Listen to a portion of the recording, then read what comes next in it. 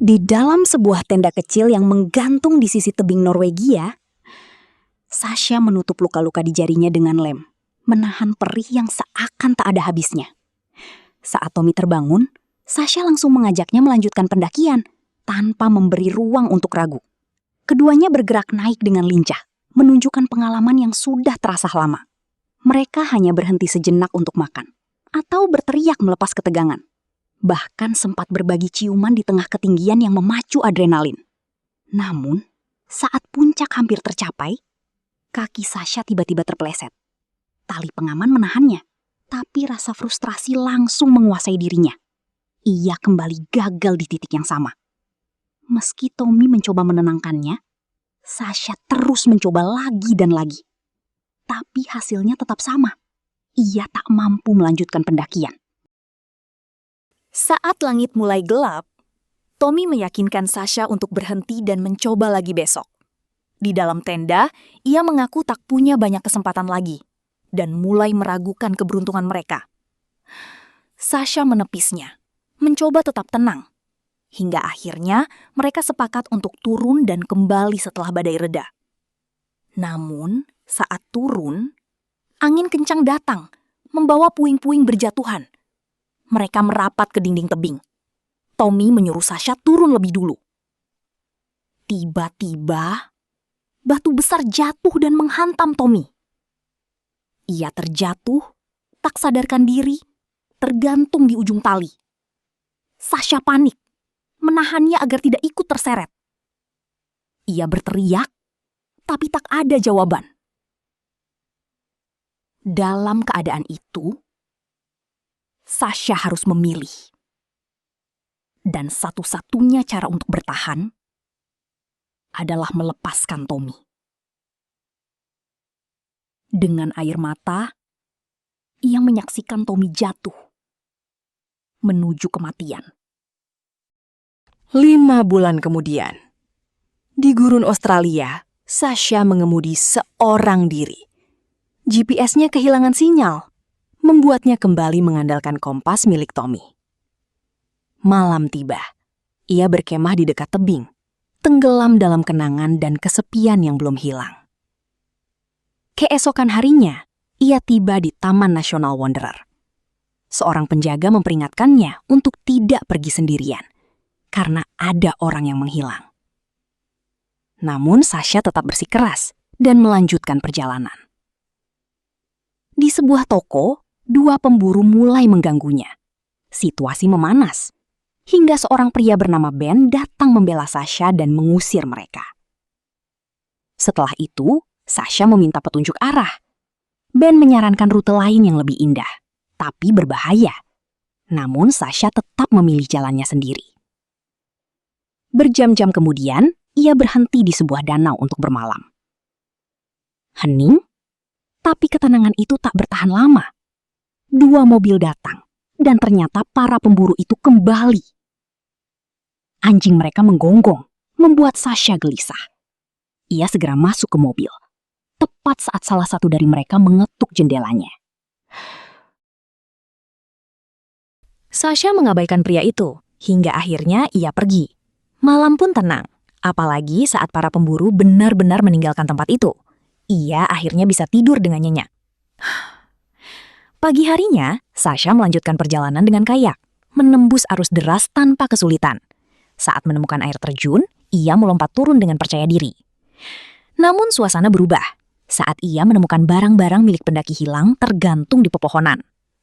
Malamnya, ia berkemah, tapi keesokan pagi semua barangnya lenyap. Ia bahkan dikejutkan oleh seekor ular. Perjalanannya membawanya ke sebuah perkemahan kecil, dan di sana ia bertemu Ben. Ia berbagi makanan dan cerita singkat. Namun, ada sesuatu yang terasa aneh. Ben menebak semua itu karena patah hati. Sasha menyangkal, tapi tak memberi penjelasan. Ia lalu menceritakan pertemuannya dengan para pemburu, dan Ben memujinya karena mampu menghadapinya dengan baik. Ia mengaku datang ke perkemahan itu karena ingin membantu wanita sendirian. Tapi ternyata Sasha tidak membutuhkannya. Bahkan, ia menyebut Sasha istimewa, seperti ibunya. Mendengar itu, Sasha mulai merasa tidak nyaman. Ia mencoba pergi, tapi Ben menghalanginya. Saat itulah Sasha menyadari, gelangnya ada di tangan Ben. Ben akhirnya mengaku, dialah yang mengambil semua barang Sasha. Ia mengeluarkan tasnya dari dalam tenda, sambil memegang crossbow dan menyalakan musik dari sebuah speaker. Ia mengatakan semua kebutuhan Sasha sudah ia kembalikan, kecuali ponselnya. Lalu dengan santai, Ben memberi permainan. Sasha diberi waktu sampai lagu itu selesai, untuk berlari sejauh mungkin. Saat Ben mulai menari mengikuti musik, Sasha langsung berlari sekuat tenaga. Ia mencapai sungai, melompat ke kayaknya, dan mulai mendayung menjauh. Begitu lagu itu berakhir, Ben langsung bergerak. Ia berlari di sepanjang tepi sungai, terus mengawasi Sasha. Arus yang deras akhirnya menyeret Sasha jatuh dari air terjun. Kayaknya terbalik. Ia berjuang melepaskan diri, mengambil tasnya, lalu berenang ke daratan, sementara kayaknya hanyut. Jaket basahnya terasa terlalu berat, jadi ia membuangnya dan kembali berlari menembus hutan. Di tengah pelariannya, ia mendengar suara sebuah keluarga. Namun saat didekati, yang ia temukan hanyalah ponsel yang memutar video. Di layar, Ben terlihat bersama keluarga itu sebelum membunuh mereka. Tiba-tiba, anak panah melesat ke arahnya. Sasha menghindar dan bersembunyi, tapi saat Ben muncul, ia kembali berlari. Kejar-kejaran pun tak terhindarkan. Panah demi panah dilepaskan, hingga salah satunya melukai kakinya. Tak lama, sebuah panah menghantam tasnya, membuatnya jatuh terguling ke lereng, lalu terperosok dari tepi tebing. Tubuhnya kembali terseret arus sungai yang ganas. Sasha berusaha bertahan, berpegangan pada bebatuan, hingga akhirnya berhasil mencapai kolam tenang di bawah air terjun, dan naik ke daratan. Selamat sementara. Sasha mencoba memeriksa ponsel milik keluarga itu, tapi benturan sudah merusaknya. Di dalam tas, ia menemukan sedikit makanan dan air, lalu segera menghabiskannya. Ia juga menyimpan semprotan merica sebagai satu-satunya perlindungan.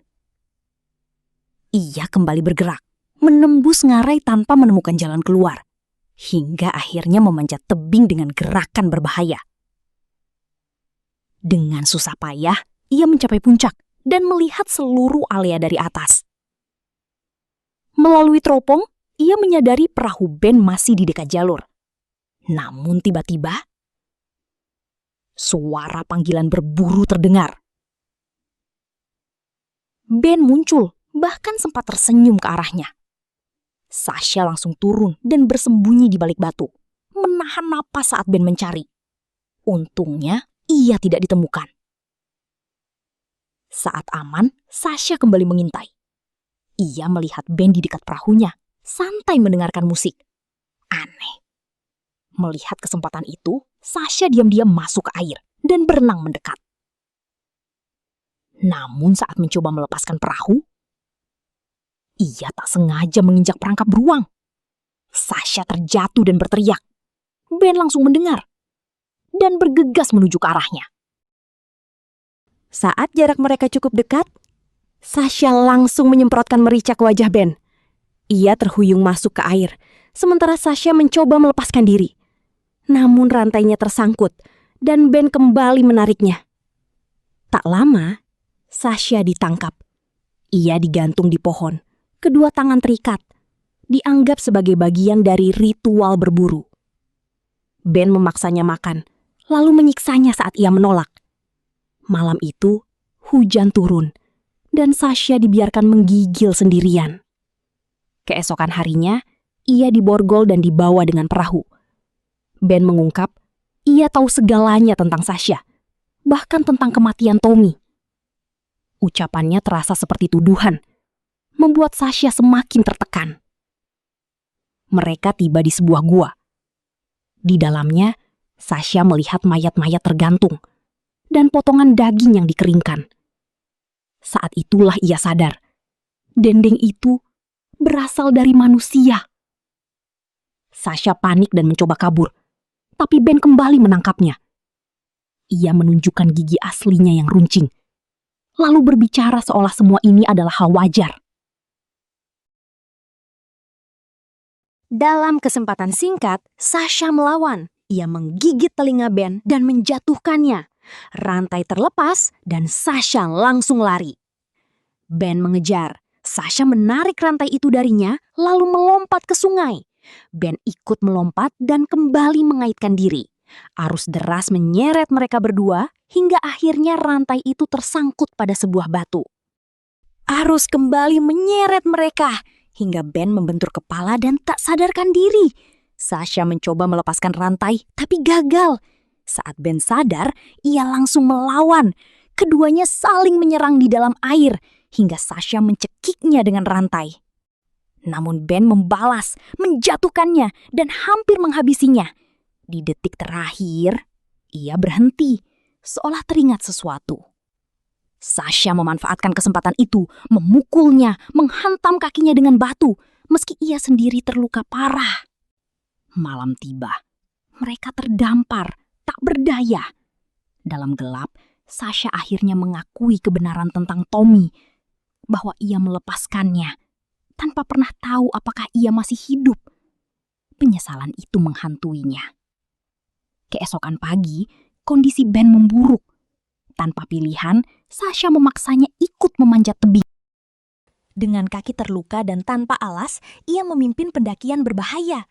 Ben mengancam, jika ia jatuh, mereka akan mati bersama. Saat mencapai tonjolan, Sasha melihat kesempatan. Ia melepaskan harness dan saat Ben menarik tali, justru itu menjadi akhir baginya. Ben terjatuh, menuju kematian. Dengan sisa tenaga, Sasha terus memanjat sendirian. Ia terpeleset, bangkit lagi, hingga akhirnya mencapai puncak. Tawa lega berubah menjadi tangis. Berjam-jam kemudian, ia menemukan jalan dan diselamatkan. Ia memberitahu lokasi korban dan semuanya akhirnya terungkap.